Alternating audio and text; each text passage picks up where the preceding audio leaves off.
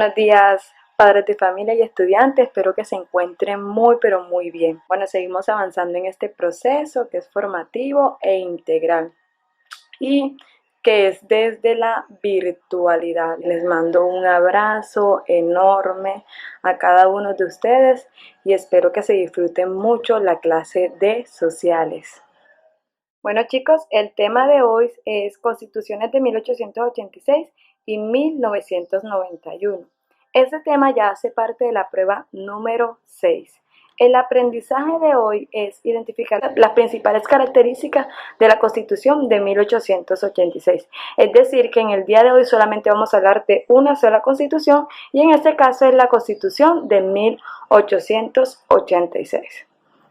Para saber cómo llegó la Constitución de 1886, cómo se originó en Colombia, debemos saber que inició con un movimiento llamado la regeneración. Entonces, cuando ustedes hablan de regeneración, no sé si se le viene a la cabeza como algo nuevo, como reestructurar. Bueno, sí, en realidad ese movimiento buscaba la reestructuración del país, regenerarse, ¿sí? Buscar un cambio. Entonces, la regeneración expresó el pensamiento de Rafael Núñez y de los regeneradores. Ella debía reflejar lo que era el equilibrio entre el poder del Estado y las libertades individuales. En otras palabras, debía imponer la libertad y el orden como principios para gobernar. Bueno, esa constitución, la constitución de 1886, también se le conoce como la Constitución de Los Ángeles. Más adelante les voy a comentar por qué se llama la Constitución de Los Ángeles. Deben tener claridad, chicos, que antes de esta constitución existía la Constitución de Río Negro, la de 1863. Y esta constitución era liderada por los radicales, los liberales radicales. ¿Sí? Nuestra forma de gobierno en 1863 era una forma de gobierno federalista. ¿Sí? Cada uno de los estados tenían cierto control y una autonomía. Pero el movimiento de la regeneración, que era organizado por conservadores y liberales moderados, no gustaban ya de este modelo político que existía en Colombia, porque había un desorden, porque no había un control total del Estado frente a las provincias o los territorios o las entidades territoriales. Es por ello que el movimiento de la regeneración toma mucha fuerza en 1885 y en este caso liderado por Rafael Núñez. ¿Sí? Bueno, el movimiento de la regeneración fue la etapa de nuestra historia comprendida entre 1880 y 1900, que puso el fin al federalismo, que era algo ya que les había comentado. Durante este periodo, una alianza de conservadores y liberales descontentos con el régimen radical que controlaba el poder y se produjeron, en este caso, la propuesta era regenerar la vida económica y política del país. ¿Entendido? Entonces, gracias al movimiento se derogó la Constitución de Río Negro, que es la Constitución de 1863, que desarrolló las ideas del federalismo. Y se impone, en este caso, durante el gobierno de Rafael Núñez, redactar una nueva carta política de carácter centralista. En este caso sería la Constitución de 1886. Entonces, desde ya debe quedarles claro. En la Constitución de 1863, nuestra forma de gobierno era federalista y de hecho, un dato curioso, en ese momento Colombia no se llamaba República de Colombia, sino Estados Unidos de Colombia. Cuando llega el movimiento de la regeneración e instaura una nueva carta política, es ahí cuando nosotros recibimos el nombre de República de Colombia. Y ya dejamos de ser federalistas para convertirnos en un gobierno centralista. ¿Cuál era el ideario del movimiento de la regeneración? Bueno, se basaba principalmente en la restauración política y económica del país, el restablecimiento de la paz, el acercamiento de la Iglesia con el Estado y la instalación de un nuevo régimen de gobierno. Este movimiento fue liderado por Rafael Núñez y Miguel Antonio Caro, liberales independientes y conservadores regeneradores. Bueno, la Constitución de 1886 fue redactada por Miguel Antonio Caro. para que tengamos ahí como claro que quién fue el que creó la Constitución. Si bien el movimiento de la regeneración comenzó con esta reestructuración y la encargada de crear una nueva carta política, quien la redactó como tal fue Miguel Antonio Caro. Y quien lideró ese movimiento de la regeneración fue Rafael Núñez. Ahora sí, les voy a hablar sobre lo que es la Constitución de 1886. Entonces les hablé de un antecedente de cómo se organizó esa Constitución del 86. A esa Constitución se le conoce como la Constitución de los Ángeles. ¿Y por qué la Constitución de los Ángeles? Es porque hay una estrecha relación con la Iglesia Católica, con la religión católica, ¿sí? A diferencia de la Constitución de 1863, que era una constitución de los liberales y por lo tanto ellos no tenían una muy buena relación con la Iglesia Católica.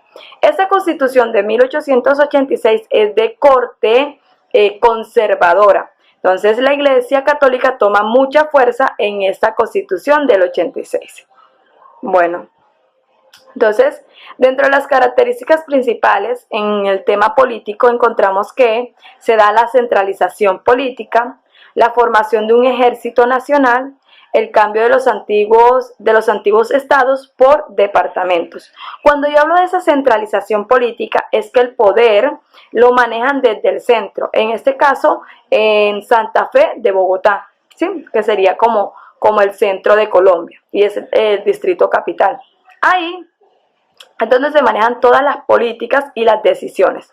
A diferencia de la Constitución del 63, de 1863, cada uno de los estados tenían una autonomía y podían decidir sobre sus propios recursos económicos y decisiones políticas. A diferencia de un gobierno centralista. En este caso las decisiones se tomaban desde un centro y debían hacer caso a cada una de las decisiones que se tomaban. Un ejemplo de esa centralización es como cuando vives con tus padres. Entonces, todas las decisiones que ellos tomen, nosotros como hijos debemos acogernos. Sí, eso pasaba dentro del centralismo. Bueno, también dentro del aspecto político encontramos el nombramiento de los gobernadores, se hacía por parte del presidente. Él era quien escogía los gobernadores en cada uno de los departamentos, ¿sí? Y estos gobernadores escogían a los alcaldes de cada uno de los municipios. Se dio el establecimiento de periodos presidenciales por 4 años. Antes de esto existía de 6 años, pero con varias reformas se llegó solamente a 4 años. Se dio la división del poder entre ramas, legislativa, ejecutiva y judicial. La ejecutiva, en este aspecto, durante la Constitución del 86 tenía mucha fuerza.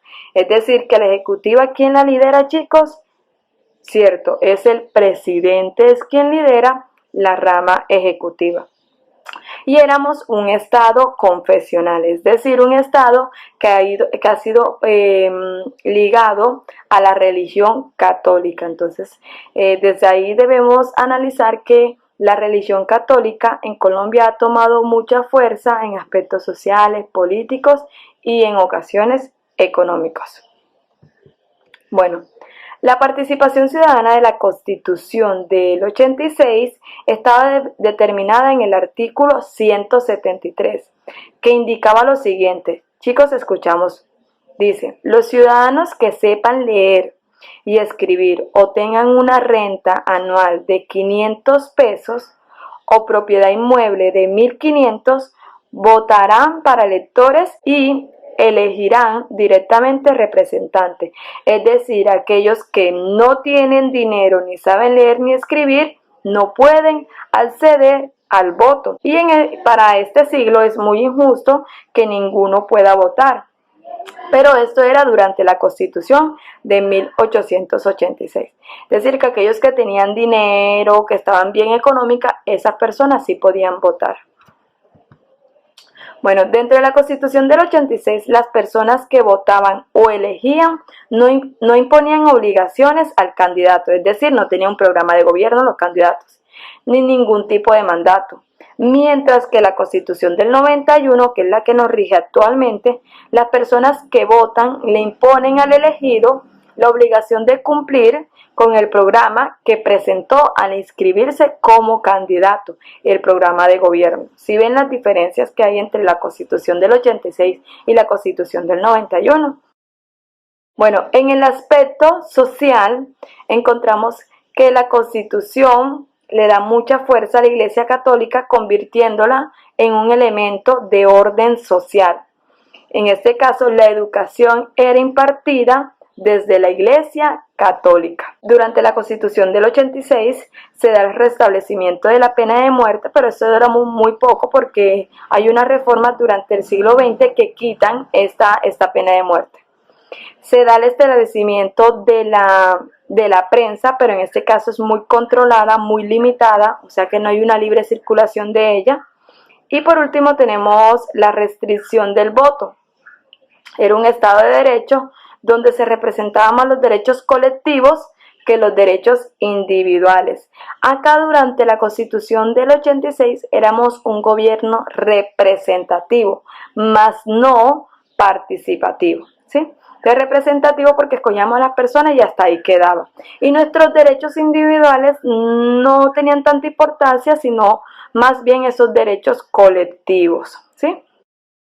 Con relación al aspecto económico, encontramos que se da la promoción de la industria y de la inversión de capitales extranjeros. En este caso también se fortalece la economía nacional. Hay un aspecto importante dentro de lo que es la Constitución del 86 y se le llama el concordato. Entonces, este concordato es un acuerdo entre la Iglesia Católica y el Estado de Colombia. Entonces, la religión católica es declarada la religión oficial de la nación, tiene los derechos de poseer propiedad privada. En este caso, dentro del concordato se abolieron el matrimonio civil y el divorcio. Esto es durante la primera parte de esta Constitución. Se da la indemnización del Estado por amortizaciones de bienes de manos muertas. Es decir, que el gobierno debe pagarles a la Iglesia Católica por esas tierras que no tienen como un dueño o un crédito, o también por expropiársela, porque cuando se da puesto el tema de la Constitución del 63, de 1863, los liberales radicales expropiaron muchas tierras a la Iglesia Católica. Entonces, esta estaba pidiendo que le devolvieran estas tierras. Entonces dice que la Constitución del 86 decretaba que la religión católica apostólica romana era la de la nación. Los poderes públicos debían protegerla y hacer que fuera respetada como esencial en elemento del orden social. En la Carta Política se permitía el ejercicio de todos los cultos que no fueran contrarios a la moral cristiana ni a las leyes. La educación pública era organizada y dirigida en concordancia con la religión católica. Una vez más nos damos cuenta que la religión tiene mucha fuerza durante la Constitución de 1886. Muy diferente a lo que es la Constitución del 91, que se declara como una constitución laica. Bueno chicos, damos por finalizada la clase de sociales. Espero que hayan aprendido mucho del tema y que les haya gustado. Recuerden enviar las evidencias del área de sociales. Chao, que tengan un excelente día.